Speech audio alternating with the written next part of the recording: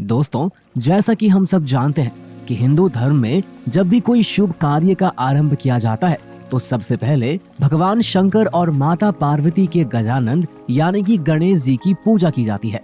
इसके बाद ही अन्य किसी देवता की पूजा की जाती है और यही वजह है कि भगवान गणेश को विघ्नहर्ता भी कहा जाता है।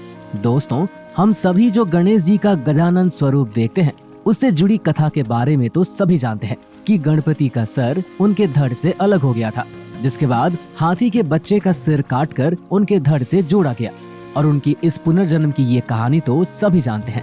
लेकिन क्या आप जानते हैं भगवान गणेश जी के जिस सिर को शिव जी ने काटा था उसका क्या हुआ और आखिर वो कहाँ जाकर गिरा? तो आइए जानते हैं आज के इस वीडियो में। दोस्तों, शिव पुराण की कथा के अनुसार भगवान श्री गणेश जी का जन्म माता पार्वती के मैल से हुआ था। ऐसा माना जाता है कि माता पार्वती ने सबसे पहले अपने शरीर के मैल से एक बालक का पुतला बनाया और फिर उसमें जान डाल दी। परंतु उस समय भगवान शिव कैलाश पर उपस्थित नहीं थे। बालक रूपी पुतले में प्राण डालने के बाद माता पार्वती स्नान करने के लिए जाने लगी और उन्होंने उस बालक से कहा, वत्स, मैं स्नान करने जा रही हूँ, तुम द्वार पर खड़े होकर रखवाली करो और मेरी आज्ञा के बिना किसी को भी अंदर मत आने देना।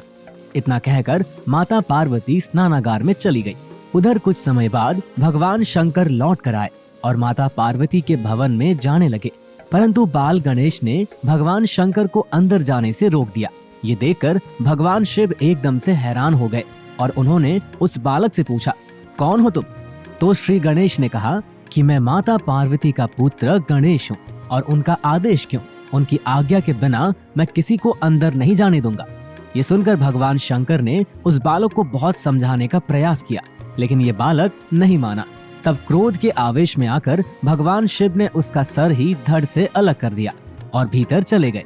उधर माता पार्वती को जब गणेश के वध की सूचना मिली तो वो क्रोधित होकर रोने लगी, जिससे तीनों लोकों में एकदम से हड़कंप मच गया।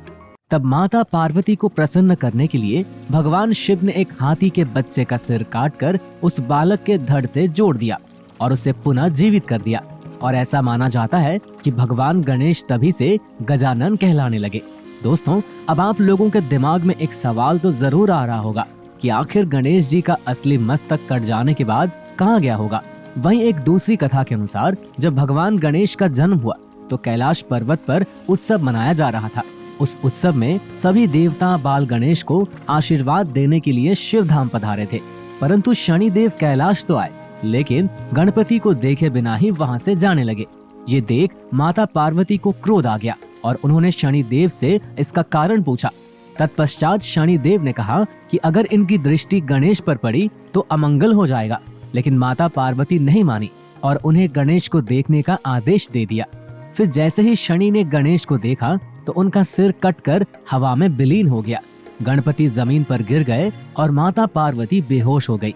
इसके बाद भगवान विष्णु ने एक नवजात हाथी का सिर काटकर गणेश जी के धड़ से जोड़ दिया। लेकिन दोस्तों, क्या कभी आपने सोचा है कि भगवान गणेश का वास्तविक सिर कहाँ गया? दोस्तों, आपने देखा होगा कि देश विदेश में भगवान गणेश के जितने भी मंदिर है उनमें हर एक मूर्ति के धड़ में हाथी का सिर लगा हुआ है। यही नहीं, उनकी कोई भी तस्वीर, कैलेंडर या पेंटिंग भी ऐसी ही है। लेकिन आप ये जानकर हैरत में पड़ जाएंगे कि गणेश जी का असली सिर एक गुफा में है।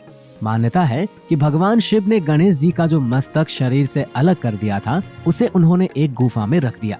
उस गुफा को पाताल भुवनेश्वर के नाम से जाना जाता है। उस गुफा में विराजे गणेश जी की मूर्ति को आदि गणेश कहा जाता है। वर्तमान में ये गुफा उत्तराखंड के पिथौरागढ़ के गंगोली हाट से 14 किलोमीटर दूरी पर स्थित है। मान्यता है कि इस गुफा में रखे गए गणेश के कटे हुए सिर की रक्षा स्वयं भगवान शिव करते हैं। मान्यता के अनुसार कलयुग में इस गुफा की खोज आदि शंकराचार्य ने की थी। तो दोस्तों, उम्मीद करते हैं कि आपको हमारा ये एपिसोड पसंद आया होगा। यदि पसंद है तो हमारे इस वीडियो को ज्यादा से ज्यादा लाइक करें, अभी अपने सगे संबंधियों के साथ शेयर करें और हमारे इस चैनल को सब्सक्राइब करना बिल्कुल न भूलें। मिलते हैं आपसे अगले वीडियो में, तब तक के लिए धन्यवाद।